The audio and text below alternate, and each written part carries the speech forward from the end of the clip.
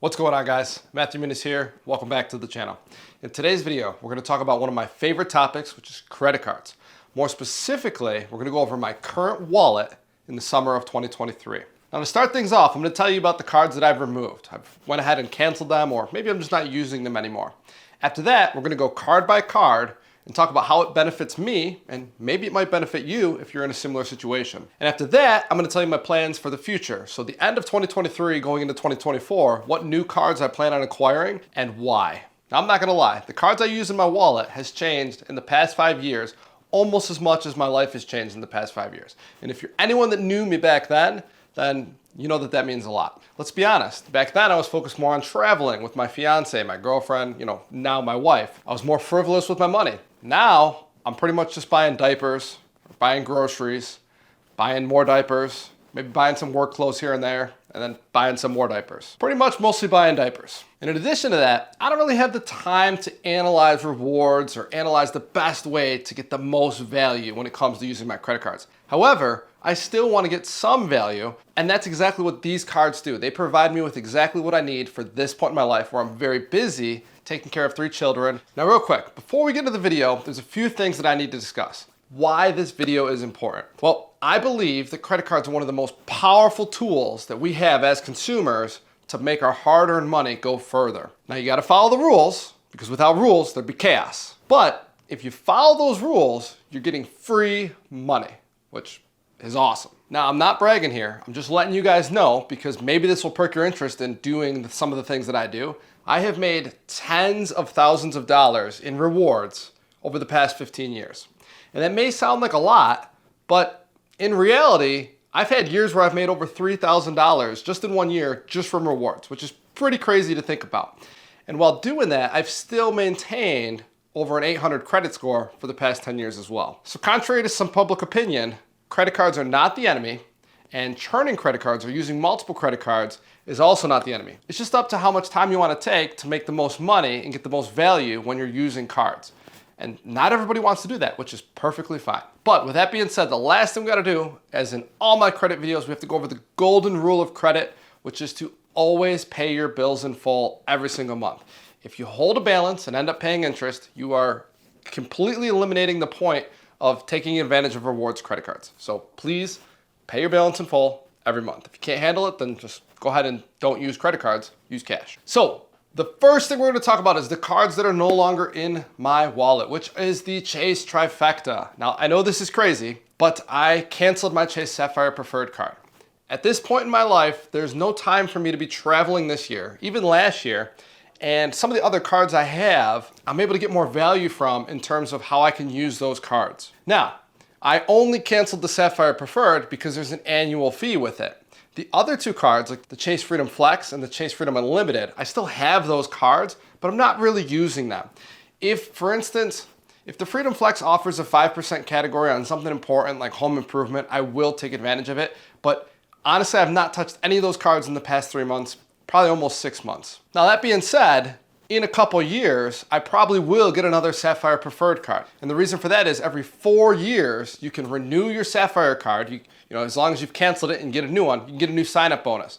So that's the Chase restriction currently in 2023, where if you've received a Sapphire bonus in the past 4 years, you won't receive another one. But if you're more than 4 years, you can. So keep that in mind. So that's what I plan on taking advantage of in the future. But right now, the Chase Trifecta does not have a spot in my wallet. But with that being said, let's go with card number 1, the Wells Fargo Active Cash. I talk about this card in all my videos. It is the one-stop shop. It is amazing. 2% cash back on everything you buy. There's no annual fee. There's nothing you need to do. All you need to do is just buy what you normally do on a weekly basis and get paid. Now, I used to have some concerns about Wells Fargo in the past, and some of those have actually improved. One of them being you needed a minimum redemption of $25. And that was annoying. It wasn't terrible, but it was just annoying.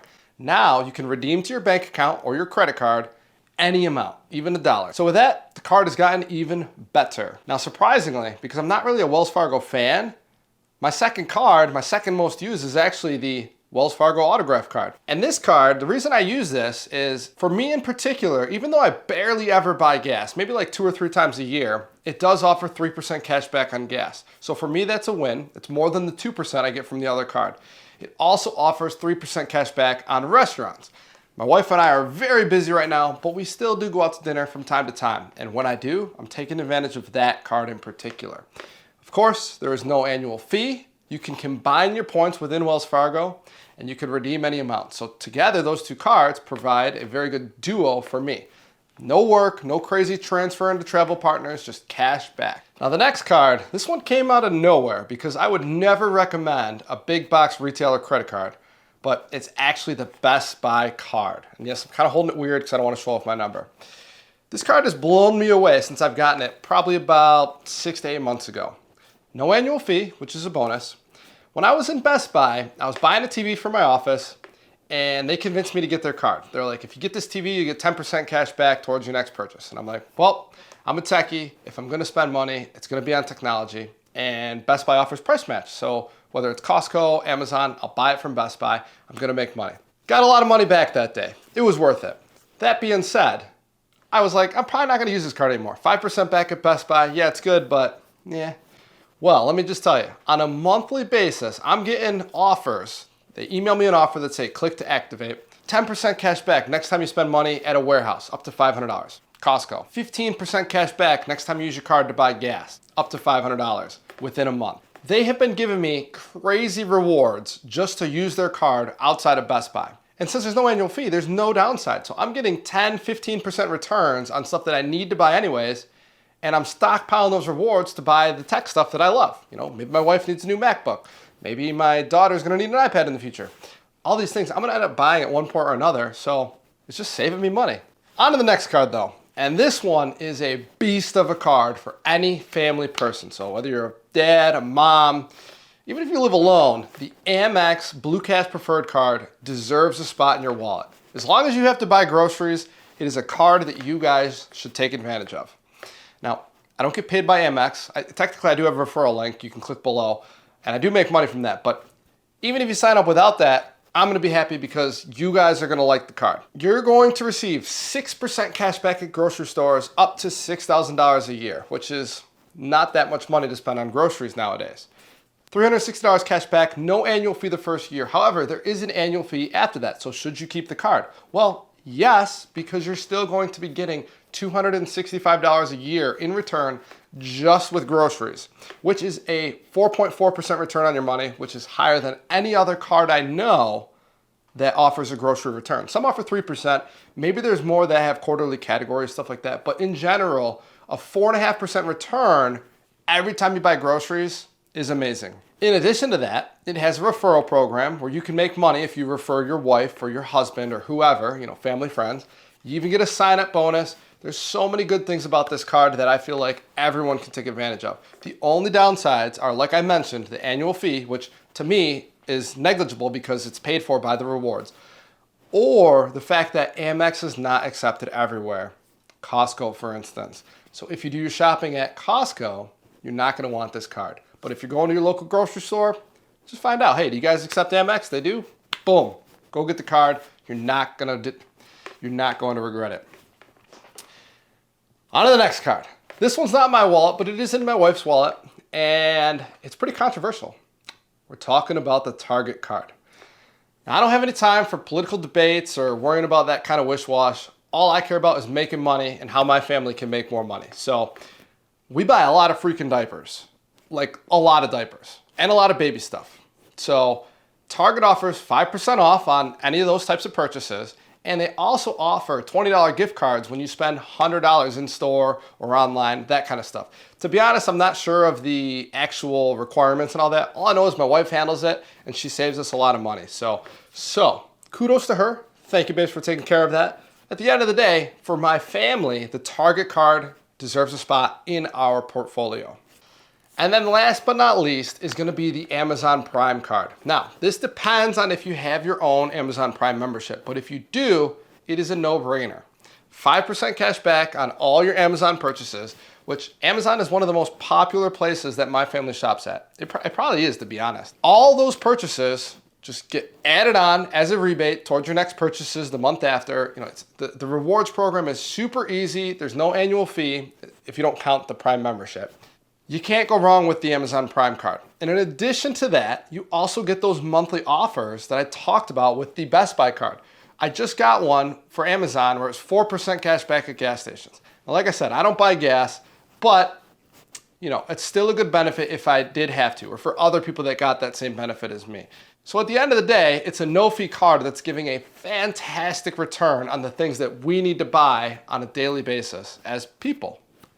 And remember, we only want to get credit cards that are going to fit into our normal budget. We're not just buying extra stuff to buy it to get rewards. We're buying what we need to buy anyways and just getting paid for it. That's the whole point of leveraging credit cards for financial success. All right, now the last part of this video, it may be confusing to some, but just do your best to try to pay attention if you're interested in why I do this and what are my plans for the future. Well, as I said before, I'm not traveling this year, but next year I do have multiple trips already planned. My wife and I plan on a vacation in April. I probably am going to be flying somewhere with my brother-in-law or future brother-in-law for his bachelor party in August. I have a couple flights planned, so I am going to need to take advantage of travel cards. I'm looking at leveraging the Southwest Business Performance Card, which offers 80,000 points for me to sign up.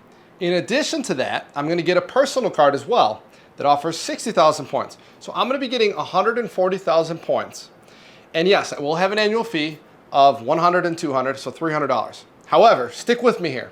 140,000 points is going to give me access to the extremely prestigious Companion Pass. So if I have that, my wife and I can fly for the price of one ticket in April. My brother-in-law and I can fly for the price of one ticket in September. So I'm going to save on 2 flights there alone. In addition to that, the rewards that they offer, those 140,000 points, for us to fly out of upstate New York to somewhere in Florida, typically it's less than 30,000 points. So that's going to give me around 4.5 round trip flights down and back to Florida. Now, if we had to put a price on that, how much is that? Well, 4.5, we'll say $300 a flight. So we're looking at $1,300, $1,400 that I'm saving there. Add in those other 2 flights, we're at almost $2,000 that I'm saving just by taking advantage of these 2 cards. You may be wondering, why a business, why a personal? Well, Southwest is very specific. You can't take out more than 1 Southwest credit card within 2 years and get the bonus. However, you can do business and personal. You can leverage it that way, and they'll let you do that. And it will count towards your Companion Pass. So I think I'm leaning towards doing this because Companion Pass would then last us through 2024 and 2025. Because if you get it early on in the year, that's the best time because you get it for the rest of the year plus the full following year. More than likely, we're going to take a vacation in 2025, maybe 2, who knows? So that's my plan for 2024. 90% certain I'm going to do it. I'm still researching other cards and seeing what we're going to do, but I think that that's going to fit us best in terms of what we need to do. So why did I tell you that? Well, if you guys have a big trip planned in a year or something, or you have big purchases planned, you should be doing research. Just go on Google or YouTube. Best card for traveling, best card for traveling internationally, how to get the cheapest flight internationally, those kind of things. And you'll be surprised that there's probably a credit card or some way to leverage a cheaper trip or to save more money on those. You're gonna have to invest time and do your research, but at the end of the day, it's gonna save you guys a lot of money. And unless you're making a ton of money where that doesn't matter, maybe that time is worth it. It's gonna be up to you guys to decide that. So in conclusion, that's how my family and I are leveraging credit cards to make more money. That's what we're using right now. So if you have any questions or you have comments, want to let me know about the cards you guys like, leave them down in the comments below. I do my best to answer all comments on all of my videos. And with that being said, if you haven't already, make sure you smash the like button, subscribe to the channel. We try to do weekly videos, as long as we're not busy, on anything related to personal finance or fitness. And with that being said, I hope you guys have a great rest of your day. Thank you. Goodbye.